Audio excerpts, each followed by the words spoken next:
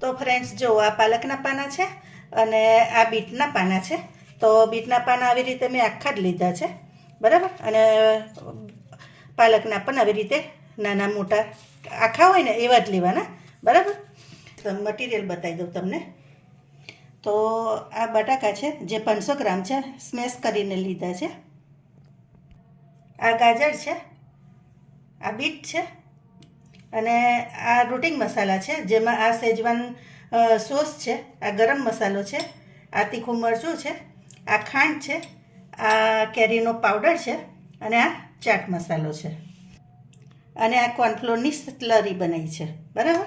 તો ચાલો હું તમને મારી રેસીપી બતાવું. પહેલાં તો આપણે આમાં બધું મિક્સ કરી લઈશું. તો હવે પહેલાં આપણે આ ગાજર મેં લીધા છે એ અડધા એડ કરીશ. આ બીટ છે એને એડ કરી દેવાના, એ અડધા એડ કરીશ. હવે પહેલાં આમચૂર પાવડર એડ કરી દેવાનો, પછી ગરમ મસાલો એડ કરી દઈશું, આ ચાટ મસાલો એડ કરી દેવાનો, આ ખાંડ એડ કરી દઈશું, આ મરચું છે, અને આ સેજવાન સોસ છે. હવે આ મીઠું છે. બટાકા બાફ્યા ને ત્યારે મેં થોડુંક એડ કર્યું હતું, એટલે અત્યારે થોડુંક એડ કરીશ. અને સેજવાનમાં પણ હોય એટલે તમારે એ પ્રમાણે તમારે મિક્સ કરવાનું, બરાબર. હવે હું આ બધાને હાથથી મિક્સ કરી લઈશ. આ રેસીપી ફ્રેન્ડ્સ છે ને તમારા બાળકોને પણ ખૂબ ભાવશે. અને પાલક આમ ના ખાતા હોય ને તો બીજું એક આ ટ્રીક છે, એનાથી પણ તમે પાલક એ લોકો ખાય એવું કરી શકો. અને બીજું કે કેવું બીટ છે, ગાજર છે, તો રેસીપી આખી હેલ્ધી પણ થઈ જાય છે. અને તમે એર ફ્રાયમાં એર કરી શકો, પછી ડીપ ફ્રાય કરી શકો, તળી શકો, એ તમારા પર છે કે તમારે કઈ રીતે એને રેસીપી ખાવી છે. તો આવી રીતે આપણે બધું જ મિક્સ કરી લેવાનું. તો તમે જોઈ શકો છો આ સરસ મિક્સ થઈ ગયું છે. આ સ્ટેજ પર તમારે થોડુંક ટેસ્ટ પણ કરી લેવાનું કે તમારે મીઠું મરચું બીજું કંઈક વધારે એડ કરવું હોય ને તો આ જ ટાઈમે કરી દેવાનું. ચાલો તો હું હવે પાલક પર એને એ કરીને બતાવું.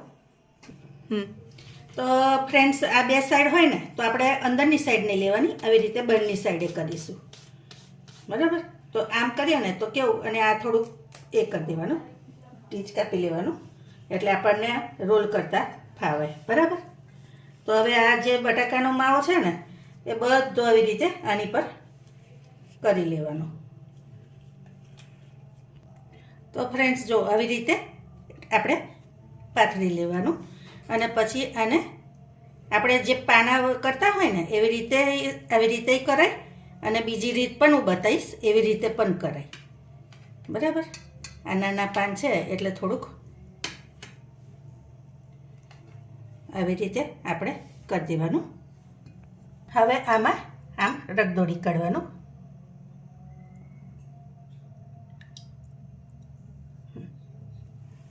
અને આ બ્રેડ ક્રમ્સ છે એમાં આપણે એને ડીપ કરી લેવાનું, બરાબર કરવાનું. એટલે કેવું કે પછી હું ફરી આમાં ડીપ કરીશ અને ફરી આમાં કરીશ. તો જો આવી રીતની થવી જોઈએ, બરાબર. આવી રીતે હું બીજી પણ આ છે ને બીટના પાન એની પણ આવી રીતે જ કરી લેવાની.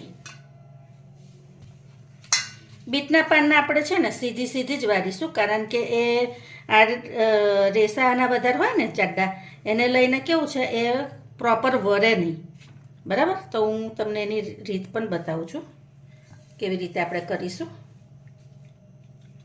તો આમાં શું થાય ફ્રેન્ડ્સ કે છે ને તમારા બાળકોને થોડુંક અલગ પણ લાગશે, અને એમને ખાવાની મજા પણ આવશે કે ચાલો નવી રેસીપી છે, મમ્મીએ કંઈક અલગ બનાવી છે, આમ કરીને એ લોકો જમી લેશે, બરાબર ને. તો તમે આ રીત પણ ચોક્કસથી ટ્રાય કરજો. જો આટલું થઈ જાય ને પછી આપણે અહીં નહીં લગાવીએ, અને આમ પાડી દઈશું, બરાબર. અને પછી અહીંથી આ છે ને થોડુંક કડક છે એ પાનને આપણે કાઢી નાખીએ અને એનો રોલ કરી દઈએ. તો આવી રીતે આપણે બંને સાઈડથી દાબી દેવાનું, આમાં ડીપ કરી લેવાનું અને પછી કોર્નફ્લોરમાં અને પછી બ્રેડ ક્રમ્સમાં.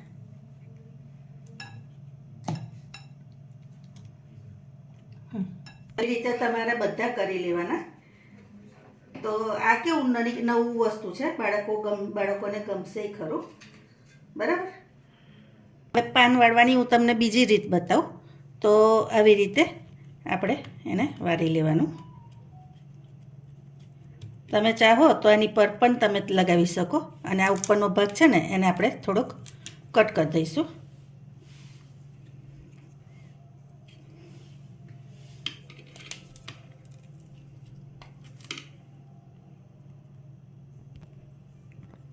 તો બહુ ટાઈટ ના રોલું કરવા જતા ને તો આવી રીતે ફાટી જશે, કારણ કે પાન નાજુક હોય ને.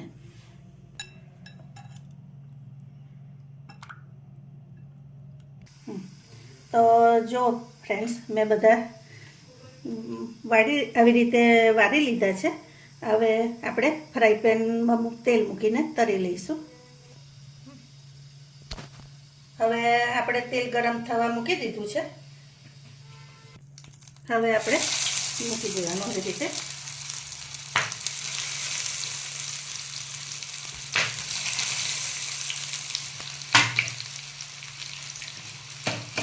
તમે આને હવે તળી પણ શકો, ફ્રાય કરવું હોય તોય થઈ શકે.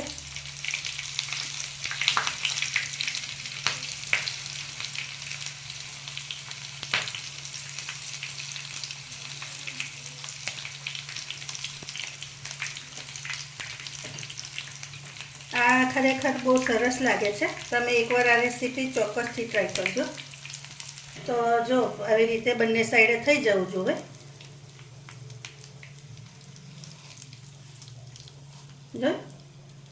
જો નજીકથી બતાવું. તો હવે એને આપણે કાઢી લઈશું. તો ફ્રેન્ડ્સ, જુઓ આપણી રેસીપી તૈયાર છે. તો આ ખરેખર ખાવામાં પણ ખૂબ સરસ લાગે છે. તો એકવાર તમે આ ચોક્કસથી ટ્રાય કરજો અને કેવી લાગે છે તે કહેજો. બરાબર. તો ચાલો આપણે એક નવી રેસીપી સાથે ફરી મળીએ. Thank you.